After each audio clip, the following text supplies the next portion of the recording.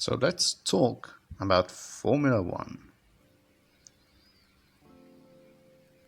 Formula One has come a long way since it first started, so let's analyze every F1 season and race to see the evolution of the sport we all know and love, and how it became the pinnacle of motorsport and one of the most dreamed about sporting competitions in the world. The Formula One series has its origins with the European Championship of Grand Prix motor racing of the 1920s and 1930s. The formula aspect consists of a set of rules which all cars entering must meet. Due to World War II, the original plan someone had to create a full championship had been pushed back, of course. Formula One was not greenlit up until 1946, with the first ever F1 race being the non-championship 1946 Turin Grand Prix. In 1950, finally the first full season of FIA World Championship of Drivers started, and only drivers. There was no Constructors Championship at the time.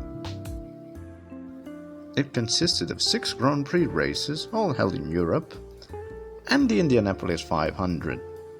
You know, just because. Nah, just kidding, it was included to justify the World Championship tag. It attracted very little European participation, and conversely, very few American Indianapolis drivers entered a European Grand Prix. It was very much like a standalone event, a bit like Indianapolis 2005, but anyway.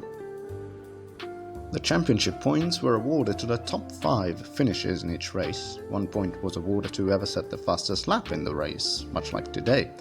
Sometimes because of the dated equipment to clock the fastest time, which literally sometimes was only a guy in a pocket watch, multiple drivers would score the fastest time every now and then, and if that happened, the extra point would be shared between them, so each of them would get half a point.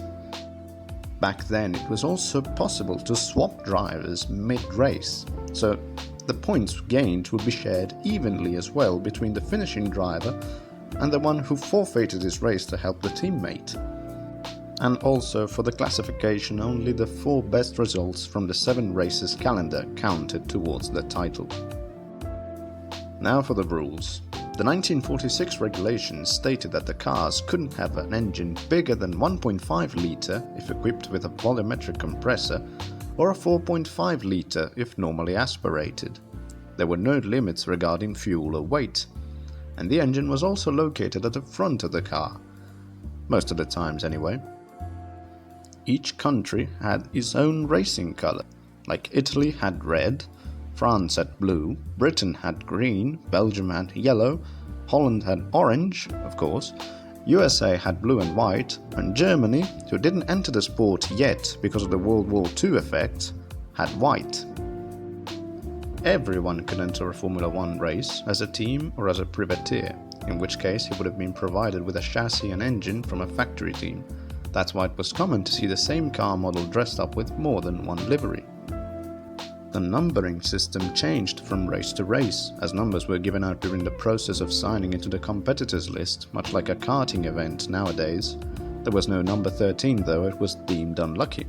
The starting grid was also very different from today. Instead of 2 cars side by side, sometimes there were 3 or 4, depending on the width of the track.